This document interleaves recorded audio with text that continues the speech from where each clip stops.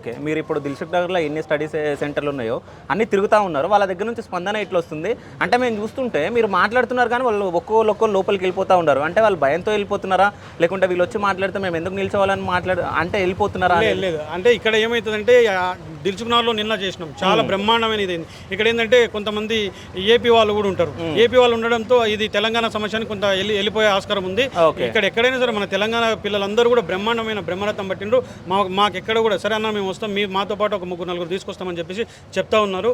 ఎక్కడ కూడా మేము మాకు నిరుద్యోగుల నుండి అట్లా పోవడానికి కొంచెం ఏపీ వాళ్ళు ఉంటారు కాబట్టి వాళ్ళు మా తెలంగాణ కాదు కాబట్టి వెళ్ళిపోతామని ఒక ఆలోచనలో ఉంటారు తప్ప రేపు బ్రహ్మాండమైన బ్రహ్మరథంతో నిరుద్యోగ కవాత జరుగుతుంది, అట్లనే మహాధారణ జరుగుతుంది. ఒకవేళ పర్మిషన్ రాకుంటే మీరు ఏం చేస్తారు? పర్మిషన్ రాకుంటే హైకోర్టులో చేస్తాం. హైకోర్టులో వేసి తప్పకుండా హైకోర్టు నుంచి మేము పర్మిషన్ తీసుకొస్తాం.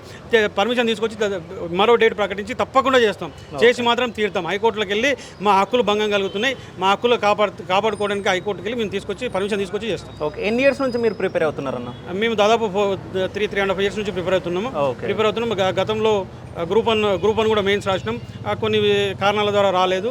సో మేమందరం కూడా నిరుద్యోగులమే. సరే, ఏ కారణాల వల్ల రాలేదు? 29 జీవో ద్వారా రూల్ ఆఫ్ రిజర్వేషన్ పోయింది, దాని ద్వారా రాలేదు. రూల్ ఆఫ్ రిజర్వేషన్ ఉంటే ఈరోజు మాకు వచ్చేదేమో 29 జీవో అనేది తీసుకొచ్చి ఎస్సీ ఎస్టీ బీసీల పాలిట అదొక గుదిబండగా తయారు చేసి ఈరోజు మేమందరం కూడా ఉద్యోగులకు దూరం అయ్యే పరిస్థితి కనబడతా ఉంది.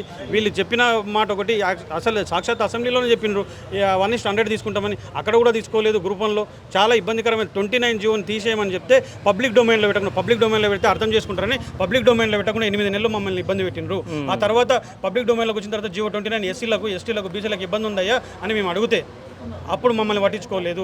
దాని ద్వారా ఈరోజు మాకు రిజల్ట్ వచ్చిన తర్వాత అర్థమవుతోంది. దయచేసి ఇప్పటికైనా 29 జీవోని రద్దు చేయాలనే మా డిమాండ్. ఓకే.